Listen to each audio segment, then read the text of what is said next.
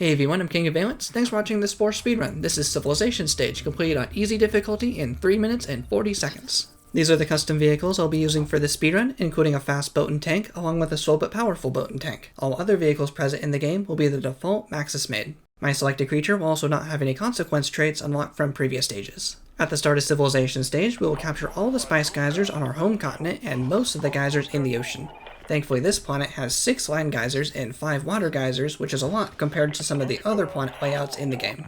With our starting budget, we can afford an additional tank and boat to fan out and capture these geysers. We will be dependent on the geysers to produce money since we won't be placing any buildings in our cities during this run. We will have plenty of time to capture these geysers since on easy difficulty, the game gives us about a 1-minute grace period before spawning in the first rival city. Before the grace period ends, I want to capture all the land geysers and predict the location where the first city will spawn, and then bring all my tanks to this location to start capturing the city immediately as it's founded. There are 5 spawn locations the cities can choose from, and using the land borders, I can see that this tribe will likely be the first tribe to advance into Civilization stage, so I'm going to move my tanks into this position.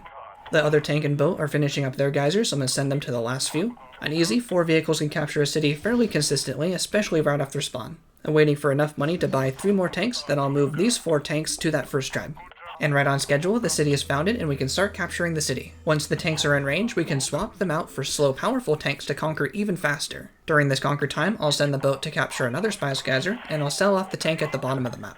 Now we're going to pay close attention to our vehicle cap. With 2 cities but no extra houses, we can have up to 8 vehicles. I'm going to sell off the weakest tank for a new one to have 4 fresh tanks and then send them to the next city. I decided to send them to another small city since this should be easier to capture with just 4 tanks. With the remaining slots, we will buy 3 more boats and send all 4 boats to predict the next city spawn on the far continent. On easy difficulty, the game doesn't want us to feel too overwhelmed with too many rival nations, so the next city spawns will wait for us to claim our 3rd city. This means we are time limited by the capture speed of these tanks. But during this waiting time, we are sending our boats to get into position by predicting the 5th city spawn. This way we don't have to wait for the boats to travel since they'll have already arrived at their destination by the time I'm ready for them to start capturing. Next we'll send these tanks to Orange Nation on our home continent, and I have the unit slots available, so I'll send 6 tanks this time. Now I'm ready for the boats to start conquering red, and they're already in position, ready to go. At the same time, the tanks have also arrived at their city. I want to minimize using the city planner since the game is paused while in the planner while still counting for speedrun time, so I'll swap both sets of vehicles together. Both groups are currently conquering, but we are time limited by the speed of the boats capturing this time. Once the boats finish, we will swap them back for fast boats and then move them on to the next city. For consistency, I will send 5 boats to the next city since one of the boats is a bit damaged. I really like this planet because there's usually another city right next door for minimal boat travel time. The tanks finish conquering in time, and once the boats are in position to conquer blue, I will do another double switch, switching out fast boats for powerful boats and powerful tanks for speedy tanks to get the tanks prepped and ready for their next deployment.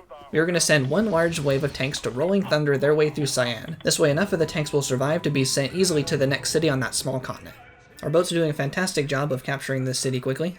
The boats have captured their 2nd city, but they're not quite done yet. They're also going to conquer the far yellow city while we wait for the tanks to finish up the remaining cities.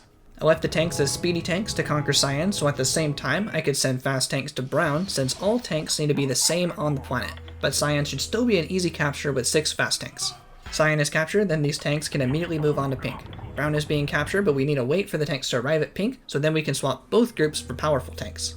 Here we go, the land vehicles get their final swap, and now with the boats arriving at yellow, we have 3 different vehicle groups capturing the final 3 cities. Just double checking to make sure the tanks are capturing quickly. Now I'm freed up to swap the boats now that they're ready to capture as well. If we manually capture all 10 cities, we don't have to wait for the final surrender, since this surrender is fairly random. Capturing all cities is more predictable and less dependent on this random surrender timer. Just gotta wait for the final sprint to the end, and time ends when the progress bar becomes blue arrows. And that Civilization stage completed on easy difficulty in 3 minutes and 40 seconds. Thank you so much for watching, I'm King of Valence, and I'll see you next time.